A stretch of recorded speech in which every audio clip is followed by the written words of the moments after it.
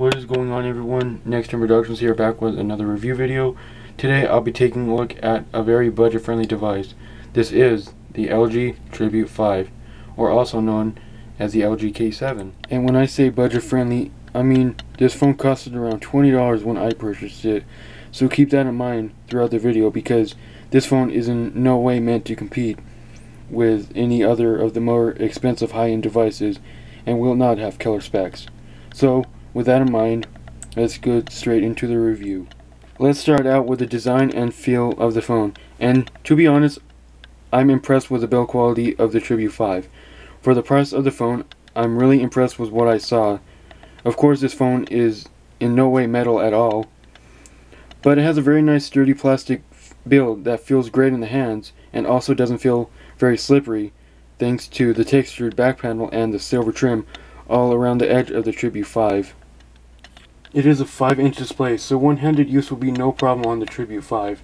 And this is an LG phone, and like all of their latest devices, the edges will be clean of any buttons because everything will be on the back of their phone next to the 5-megapixel camera, rear-facing camera. For the display, we have a 5-inch IPS LCD display with a resolution of 480 by 854 and a PPI of 196. And if that sounds like a really low resolution, well, that's because it is. When it comes to making a phone low budget, phone companies have to cut some corners, and that's what LG did here with the display. For the screen size, a resolution of 480 by 854 is really low, so pixels are definitely noticeable, but still contains some pretty decent viewing angles and decent colors.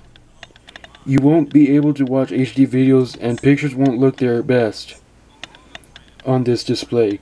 But like I said, for the price range, you really shouldn't expect much. Now, LG has added a more unique type of glass for this display. They're calling it art glass, and it has a very small curve around the edges, which gives it a really great feel in the hand and also gives it a more premium look. As for the hardware, the Tribute 5 is running on a Snapdragon 210, 1.5 gigabytes of RAM and 8 gigabytes of internal memory with an SD card port expandable up to 32 gigs. So obviously these aren't high-end specs, but because of the low resolution of the screen, the phone actually performs quite well when opening up apps without much noticeable lag, and also being able to switch between multiple apps at the same time.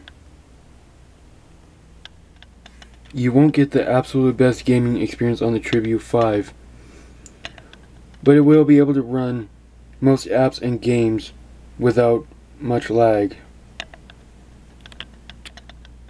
On the software side of things, the LG Tribute 5 is running Android 5.1.1 Lollipop, and it does have that LG UI on top that most of us are familiar with now. It contains some of the same features and the same customization that you may be familiar with. However, this time around, they aren't including the Q-Slide apps, which isn't that much of a big deal. You can still customize your folders, like so.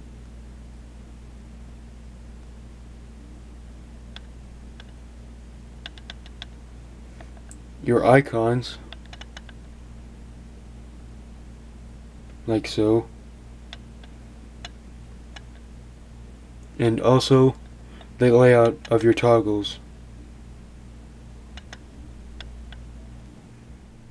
So if you have or have had an LG device, then this should seem really familiar. As for the battery life on the LG Tribute 5, it is being powered by a decently sized 2125 mAh battery, which really isn't a whole lot, but because of the lower end specs and the low resolution, you're looking at 3 to 3.5 hours of screen on time.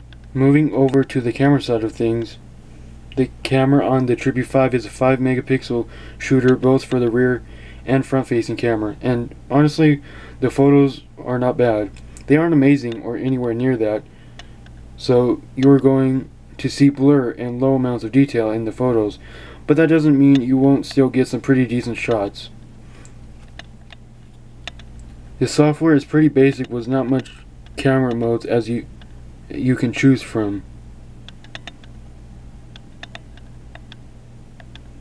So you definitely won't be buying this phone for the camera. In the end, the LG Tribute 5 does what a low budget phone is meant to do. It isn't anything fantastic at all. Like I said, it doesn't have the best hardware, but for the price tag, there's nothing for me to complain about. The feel of the phone is actually very impressive, and like I said, it'll do whatever you need it to do, just not as fast or as great as a higher end device.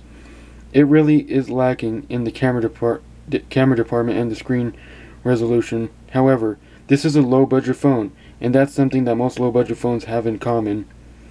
This is a phone that I would recommend for everyone. If you want a phone that takes great pictures and can store and play multiple apps, then you should not get the Tribute 5.